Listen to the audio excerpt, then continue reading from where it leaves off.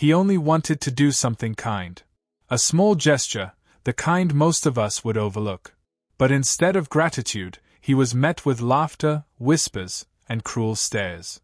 They saw the color of his skin before they saw the goodness of his heart. To them, he was just another boy who didn't belong, someone to be mocked, dismissed, and humiliated. What they didn't know was that this simple moment, this one act of cruelty, was about to trigger a chain of events that would shake their comfortable world to its core. Because behind that boy's quiet eyes was a truth they never expected. A truth that would reveal not only their own ugliness but also a strength they could never destroy. This isn't just the story of a boy who was mocked for his kindness. It's the story of how a single act of racism exposed everything wrong with the way we see each other, and why silence in the face of injustice is never an option. The question is, when the mask comes off, whose shame will be left behind? And before we dive in, tell me, where are you watching this video from right now? It was supposed to be just another day. A boy with a heart bigger than his circumstances, moving quietly through a world that rarely saw him for who he really was. His name was Malik, only 14, but already familiar with the heavy weight of being judged before he even opened his mouth. Still, he carried himself with a quiet resilience, the kind you only notice if you look close enough. Most days, Malik went unnoticed. He wasn't the loudest in class, nor the one causing trouble. He was the boy who offered his seat on the bus, who carried bags for neighbors, and who saved what little money he had to help his mother keep food on the table. His life wasn't easy, but he never let bitterness show. He believed that kindness mattered, even when the world gave him reasons to think otherwise. That morning felt like any other. The sun was bright, the streets buzzing with the careless rhythm of people in a rush. Malik clutched a few crumpled bills in his hand, money he had saved, money that meant sacrifice. He wasn't spending it on himself. Instead, he planned to use it to ease someone else's burden, a simple gesture he thought might bring a smile where life had left only struggle. But kindness doesn't always receive kindness in return. For some, Malik's skin was the only story they chose to see. They didn't notice the boy who skipped meals so his younger sister could eat. They didn't see the student who stayed after class to help pick up trash no one else cared about. What they saw was a target, someone to laugh at, someone they thought would remain silent while their cruelty echoed. And as Malik approached that moment, one he thought would show the best of humanity, he was about to collide with the worst of it. The very people who should have applauded his generosity would instead sharpen it into mockery. Malik's footsteps were light as he entered the small corner store. He had been here before, never to buy much, only the essentials. But today was different. Today, he wasn't there for himself. He had seen an older woman the day before, fumbling through her purse at the checkout line, embarrassed when she realized she didn't have enough to cover her groceries. Her eyes had lowered, her shoulders bent as if she carried a weight that no one else could see. Malik had promised himself that if he ever had the chance, he'd help her. And now, with a few bills clutched tightly in his palm, he intended to keep that promise. But even before he reached the counter, he felt it, the stares. A group of teenagers leaned against the shelves near the register, their voices loud, their laughter sharp. They weren't shopping. They were waiting. He tried to ignore them. He placed the items gently on the counter, the coins and bills set carefully beside them. His voice was quiet, respectful.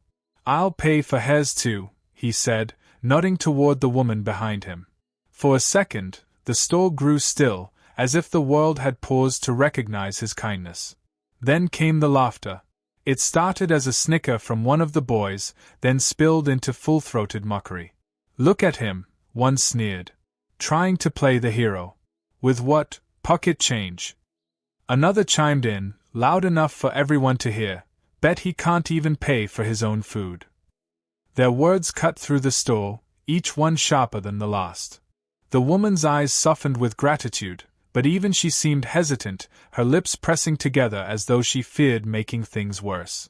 Malik stood frozen, his hands trembling slightly, but he didn't take back his offer. He knew what his money could mean for her. He knew why he was there. But the ridicule only grew harsher.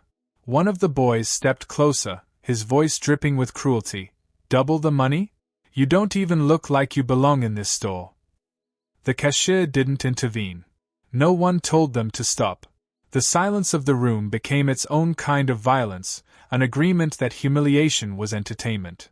Still, the cruelty didn't stop there. The boys pulled out their phones, recording him. "Smile for us," one mocked. "Show the world the broke little boy trying to be a man." And then came the question that pierced deeper than the laughter. What makes you think someone like you can save anyone? You can't even save yourself. And just when the tension seemed unbearable, the store door swung open. Another figure stepped inside. Someone who had been watching. Someone who would change everything that happened next. The laughter stopped. The cameras lowered. And Malik's world, already trembling under the weight of their mockery, was about to shift in a way no one in that store could have predicted. The doors slammed shut behind the new arrival, and for a moment, every sound in the store seemed to vanish. The air shifted, heavy and charged, as all eyes turned. It wasn't another customer. It was a man in uniform, broad shoulders, polished badge, a presence that demanded attention the second he stepped in. For Malik, the sight didn't bring relief. It brought dread. The officer's gaze swept the room, and instead of focusing on the group of boys still clutching their phones, his eyes landed directly on Malik. Sharp. Suspicious. "What's going on here?" the officer barked, his tone hard enough to silence even the snickering teens. But before Malik could speak, one of them stepped forward, twisting the narrative with a single cruel lie. He was causing trouble. Tried to take money that wasn't his. The words hit harder than any shove. In seconds, Malik went from being the boy who offered kindness to being the accused, the one under scrutiny, the one whose voice was already muted by prejudice. The officer's jaw tightened. His hand hovered near his belt. "Is that true, son?" he demanded, as though the answer was already decided. Malik's throat tightened. His voice shook. "No, sir. I was trying to help." But the words sounded small and fragile against the authority staring him down. The store was silent, but the silence spoke volumes. The woman clutched her bag, torn between fear and gratitude. The boys smirked, savoring the way their cruelty had become Malik's burden. Malik's heart raced. He thought of his mother, of his sister waiting at home. But here he was, standing at the center of a storm he hadn't created. The officer stepped closer, his shadow swallowing Malik whole. "I'll ask you one more time. Did you take what wasn't yours?"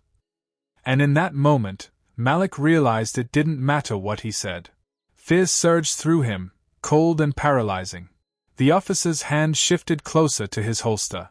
The boys raised their phones again, eager to capture the spectacle. Malik stood frozen. This was the moment everything balanced on a knife's edge. And then, from the back of the store, a voice cut through the tension. Steady. Strong. Unafraid. That boy did nothing wrong. The voice belonged to the woman whose groceries Malik had tried to pay for. Her words were steady. He didn't steal anything. That boy was helping me. With his own money.